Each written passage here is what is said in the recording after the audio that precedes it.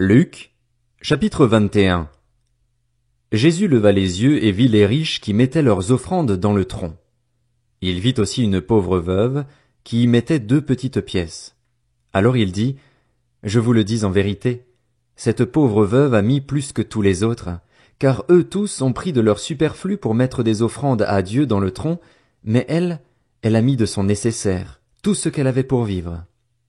Comme quelques-uns parlaient du temple, qui était orné de belles pierres et d'objets apportés en offrande, Jésus dit, Les jours viendront où il ne restera pas pierre sur pierre de ce que vous voyez, tout sera détruit. Ils lui demandèrent, Maître, quand donc cela arrivera-t-il et à quel signe reconnaîtra-t-on que ces événements vont se produire? Jésus répondit, Faites bien attention à ne pas vous laisser égarer. En effet, beaucoup viendront sous mon nom en disant, C'est moi, et le moment est arrivé. Ne les suivez donc pas. Quand vous entendrez parler de guerre et de soulèvement, ne vous laissez pas effrayer, car il faut que ces choses arrivent d'abord. Cependant, ce ne sera pas encore la fin. Puis il leur dit, Une nation se dressera contre une nation et un royaume contre un royaume. Il y aura de grands tremblements de terre en divers endroits, ainsi que des pestes et des famines. Il y aura des phénomènes terrifiants et de grands signes dans le ciel.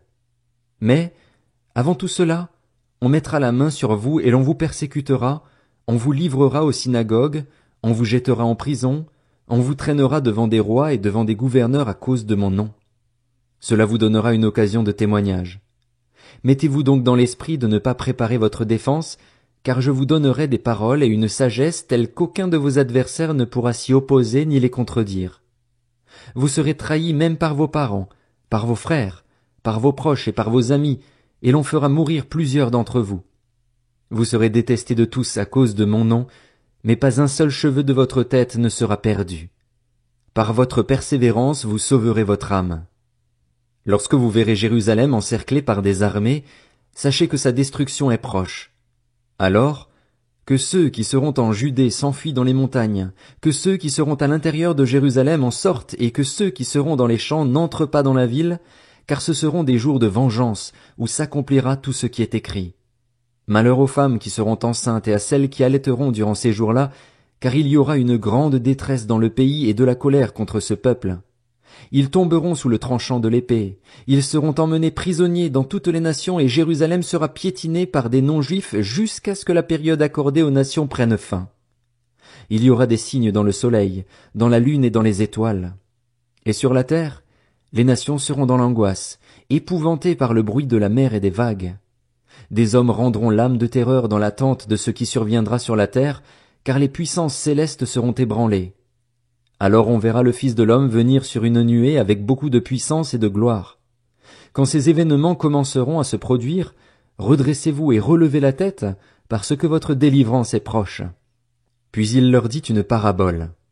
Regardez le figuier et tous les autres arbres.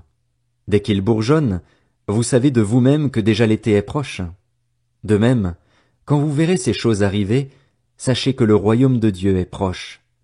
Je vous le dis en vérité, cette génération ne passera pas avant que tout cela n'arrive. Le ciel et la terre disparaîtront, mais mes paroles ne disparaîtront pas.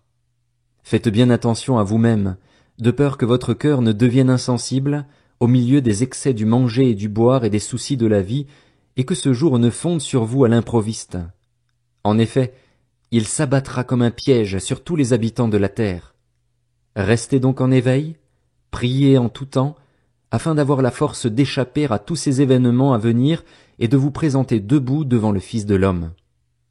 Pendant la journée, Jésus enseignait dans le temple, et il allait passer la nuit à la colline appelée Mont des Oliviers. Tout le peuple se rendait dès le matin vers lui dans le temple pour l'écouter.